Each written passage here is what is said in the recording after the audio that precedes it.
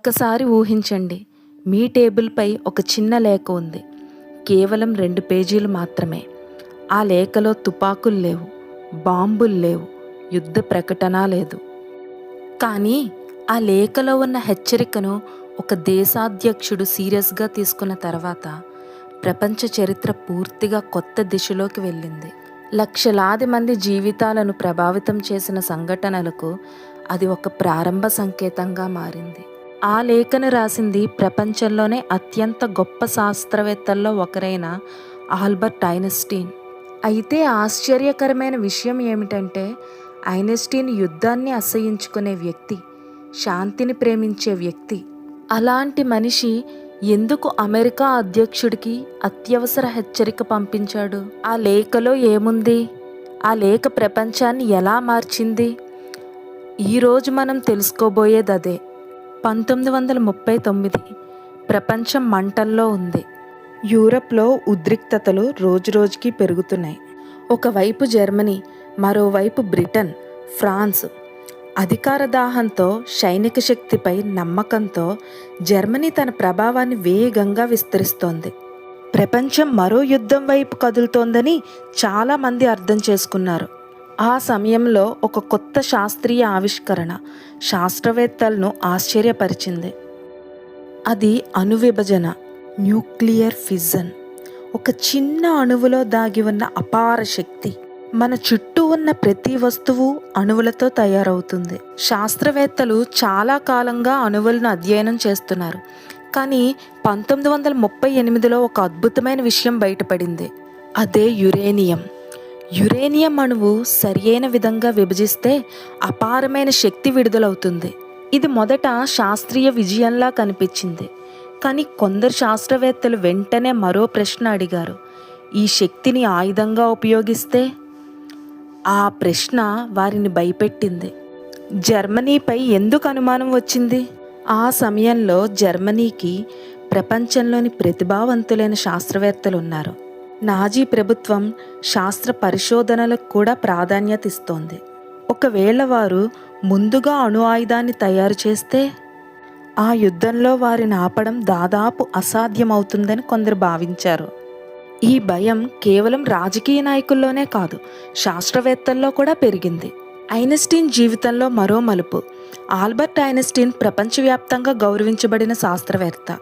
ఆయన theory of relativity ప్రపంచాన్నే మార్చేసింది. కానీ వ్యక్తిగా ఆయన శాంతిని కోరుకునేవారు. యుద్ధాలు, హింస, ద్వేషాన్ని తీవ్రంగా వ్యతిరేకించేవారు. నాజీ పాలన పెరుగుతూ ఉండడంతో యూదు వంశానికి చెందిన ఐన్స్టీన్ జర్మనీని విడిచి అమెరికాకు వెళ్ళారు. అక్కడ కూడా ఆయన మనసులో ఒకటే ఆలోచన, హిట్లర్ చేతుల్లో అపార శక్తి పడకూడదు అని. ఈ భయమే తర్వాత ప్రపంచ చరిత్రలో అత్యంత ప్రసిద్ధమైన లేఖల్లో ఒకదానికి కారణమైంది. ఆ లేఖ నిజంగా ఎవరి ఆలోచన? చాలామందికి ఒక అపోహ ఉంది, ఆ లేఖ పూర్తిగా ఐన్స్టీన్ స్వయంగా రాశారని.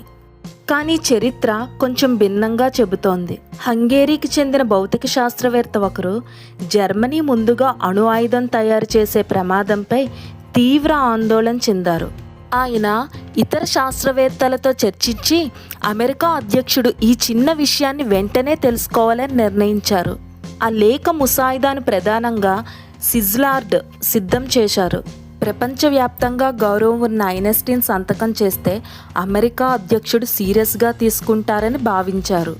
దానికి ఐన్స్టీన్ అంగీకరించారు. ఇలా చరిత్రను ప్రభావితం చేసిన ఆ లేఖ పుట్టింది. ఒక నిర్ణయం, ప్రపంచ భవిష్యత్తు. అది 1939 ఆగస్టు నెల. ఆ లేఖ అమెరికా అధ్యక్షుడు ఫ్రాంక్లిన్ డి రూజ్వెల్ట్ చేతికి చేరే ప్రయాణం ప్రారంభమైంది. అందులో ఒక హెచ్చరిక ఉంది. యురేనియంతో అత్యంత శక్తివంతమైన కొత్త రకం బాంబు తయారయ్యే అవకాశం ఉంది. ఇది కేవలం ఊహ కాదు, శాస్త్రీయ ఆధారాలపై వచ్చిన హెచ్చరిక. ఆ లేఖ చివరిలో ఒక అభ్యర్థన కూడా ఉంది. అమెరికా వెంటనే పరిశోధన ప్రారంభించాలి. అధ్యక్షుడు ఈ హెచ్చరికను ఎలా స్వీకరించాడు? ఆ తర్వాత ఏమైంది? ఆ చిన్న లేఖ ఎలా ఒక మహత్తర ప్రభుత్వ ప్రాజెక్టుకు దారితీసింది? మొదట అధ్యక్షుడు వెంటనే స్పందించలేదు. ఆ లేఖ 1939 ఆగస్టులో పంపబడింది. కానీ ప్రపంచ రాజకీయ పరిస్థితులు, ప్రభుత్వ పనులు, యుద్ధానికి సంబంధించిన అత్యవసర అంశాల మధ్య అది వెంటనే పెద్ద చర్చకు దారి తీయలేదు. కొన్ని వారాల తర్వాత ఆ లేఖ అధ్యక్షుడి దృష్టికి మరింత ప్రాముఖ్యంతో తీసుకెళ్లబడింది. ఆ సమయంలో యూరప్లో పరిస్థితులు మరింత విషమించాయి. 1939 సెప్టెంబర్ 1న జర్మనీ పోలాండ్పై దాడి చేసింది. దాంతో రెండో ప్రపంచ యుద్ధం ప్రారంభమైంది. ఇప్పుడు ఆ లేఖలోని హెచ్చరిక మరింత నిజంగా కనిపించింది. మనం ఆలస్యం చెయ్యకూడదు. రూజ్వెల్ట్ శాస్త్ర సలహాదారులతో సమావేశమయ్యారు. ఆ లేఖలో చెప్పిన విషయం నిజమేనా? అణుశక్తితో నిజంగా భారీ విధ్వంసకర ఆయుధం తయారవుతుందా? శాస్త్రవేత్తలు అవునని చెప్పారు. అది సాధ్యమే అన్నారు. ఈ సమాధానం తర్వాత అమెరికా ప్రభుత్వం యురేనియం పరిశోధనపై ప్రత్యేక కమిటీని ఏర్పాటు చేసింది. ఇది తర్వాత భారీ శాస్త్రీయ, సైనిక కార్యక్రమాలకు పునాది అయింది.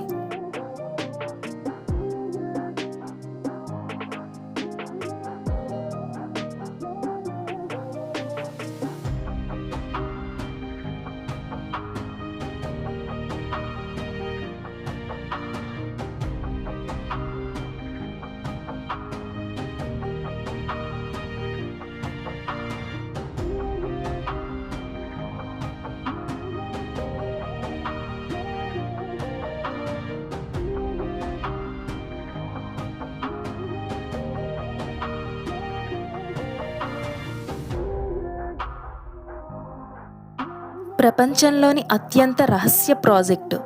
కొన్ని సంవత్సరాల తర్వాత అమెరికా ఒక రహస్య కార్యక్రమాన్ని ప్రారంభించింది. ఈ ప్రాజెక్టు గురించి ప్రపంచంలో చాలా కొద్ది మందికే తెలుసు. వేలాది మంది శాస్త్రవేత్తలు, ఇంజనీర్లు, సైనిక అధికారులు కలిసి ఒకే లక్ష్యంతో పనిచేశారు. జర్మనీ కంటే ముందుగా అణు ఆయుధ సామర్థ్యాన్ని వృద్ధి చేయాలి. ఈ ప్రాజెక్టు కోసం అప్పటి కాలంలోనే అపారమైన నిధులను ఖర్చు చేశారు. అమెరికాలో ప్రత్యేక పరిశోధనా కేంద్రాలు నిర్మించారు. ప్రతి పని అత్యంత రహస్యంగా జరిగింది. ఇక్కడ చాలా మంది చేసే ఒక తప్పు ఉంది. అణుబాంబును ఐన్స్టీన్ తయారు చేశాడని చాలా మంది అనుకుంటారు. అది నిజం కాదు. ఐన్స్టీన్ ఆ పరిశోధనా బృందంలో సభ్యుడు కాదు. అణుబాంబు రూపకల్పనలో కూడా ఆయన ప్రత్యక్షంగా పాల్గొనలేదు. ఆయన సంతకం చేసిన లేఖ అమెరికా ప్రభుత్వ దృష్టిని ఈ ప్రమాదంపై కేంద్రీకరించడంలో ఒక ముఖ్యమైన పాత్ర పోషించింది. కానీ అణుబాంబు అభివృద్ధి చేయడం అంటే అనేక మంది శాస్త్రవేత్తలు, ఇంజనీర్లు, ప్రభుత్వ అధికారులు కలిసి చేయాల్సిన విస్తృతమైన కార్యక్రమం. యుద్ధం ముగిసిన తర్వాత ఒక ఆసక్తికరమైన విషయం బయటపడింది. జర్మనీ అణుబాంబు తయారీలో అమెరికా ఊహించినంత వేగంగా ముందుకెళ్లలేదు. శాస్త్రీయ సమస్యలు, వనరుల కొరత, యుద్ధ పరిస్థితులు వారి ప్రణాళికలను పరిమితం చేశాయి.